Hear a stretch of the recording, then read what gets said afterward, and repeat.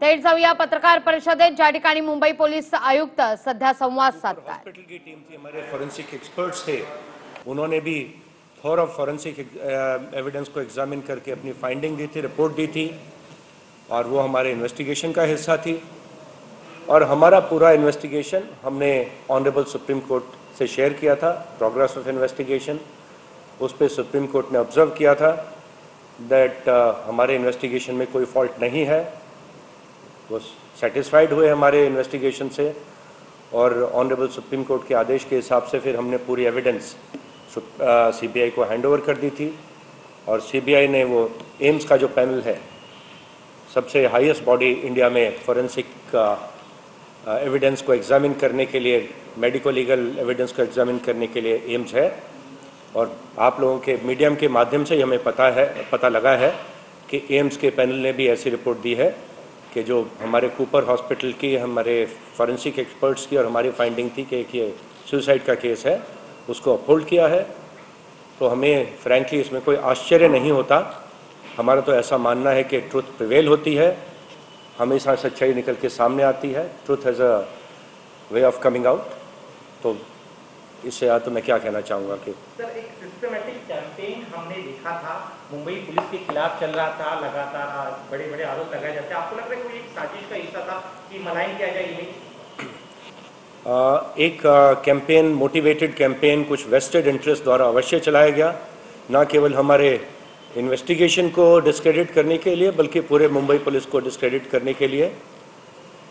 और क्या इसके पीछे मोटिव था, क्या डिज़ाइन था, ये तो हमको नहीं मालूम, बट अवश्य एक कोशिश की गई।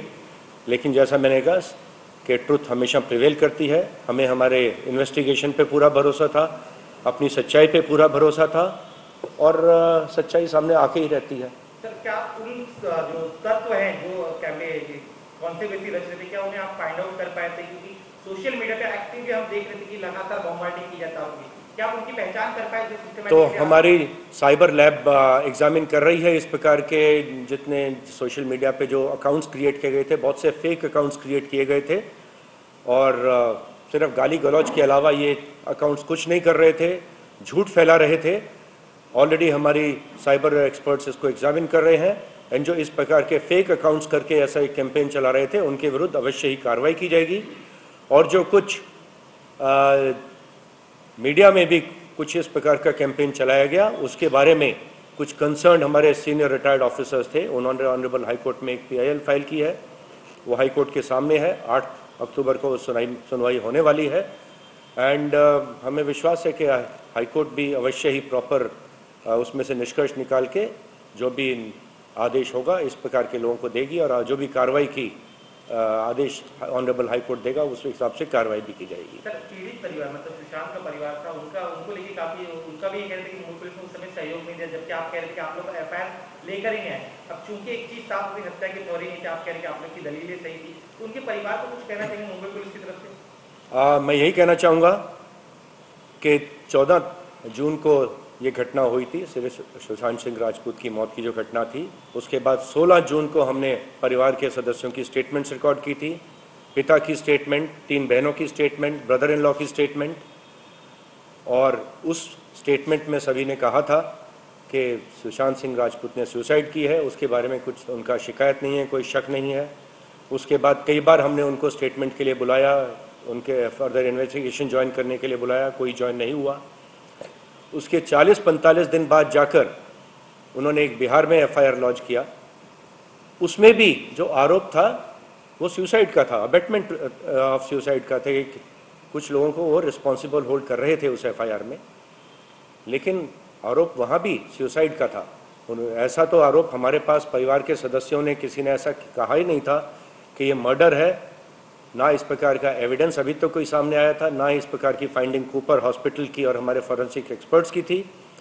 और इसी प्रकार की फाइंडिंग जो एम्स की आई है, तो हमें इससे बिल्कुल आश्चर्य नहीं है, बिकॉज हमारा इन्वेस्टिगेशन भी पूरा ही प्रोफेशनल इन्वेस्टिगेशन था। आपने बताया कि मुंबई पुलिस की कुछ लोगों ने जानबूझ के बदनामी की है, उनको अब ढूंढ रहे, क्यों बदनामी की, क्या लगता है आपको उसके पीछे क्या है, पॉलिटिक्स है क्या है, क्यों उन्होंने बदनामी की, और अब किस तरह से कार्रवाई हो सकती है? मैंने कहा कि बहुत से फेक अकाउंट्स क्रिएट किए गए सोशल मीडिया पे, उसके पीछे कौन व्यक्ति हैं हम उनके नाम उजागर करने की कोशिश करेंगे। उसके बारे में एविडेंस इन्फॉर्मेशन ली जा रही है। और जिन लोगों ने फेक अकाउंट्स क्रिएट करके गाली गलौज देने का जो एक सिलसिला जारी किया था, उसकी तह तक पहुंचने की हम कोशिश करेंगे। Thank you very much. CP sir सुनिए, 4 चॅनल को मिल गया सर, वी विल नॉट जो समोर आलाय त्या संदर्भात आम्हाला आश्चर्य वाटत नाही। आमचा तपास अगदी योग्य दिशेनं सुरू होता, असा पुनरुच्चार मुंबई पोलीस आयुक्त असलेल्या परमवीर सिंग यांनी केलेला आहे। नुकत्याच पत्रकार परिषदेत त्यांनी हे विधान केलेलं आहे। अखेर सत्य समोर आलं असं देखील परमवीर सिंग म्हणतात। मुंबई पोलिसांना बदनाम करण्याचं षडयंत्र रचलं जात आहे, बदनाम करण्याचं काम केलं जात आहे आणि या संदर्भात आमची सायबर टीम देखील नजर ठेवून असल्याची माहिती परमवीर सिंग यांनी या पत्रकार परिषदेतून दिलेली आहे। आमच्या तपासावर आमचा पूर्ण विश्वास होता असं देखील ते म्हणतात। सुरुवातीला जेव्हा सुशांत सिंग राजपूत यांच्या कुटुंबियांनी 14 जूनला सुशांत हे प्रकरण घडल्यानंतर 16 तारखेला या कुटुंबियांचा जबाब नोंदवण्यात आला, त्यात देखील आत्महत्या असाच उल्लेख कुटुंबाकडून केला गेला होता। याचा देखील पुनरुच्चार परमवीर सिंग यांनी केला आहे।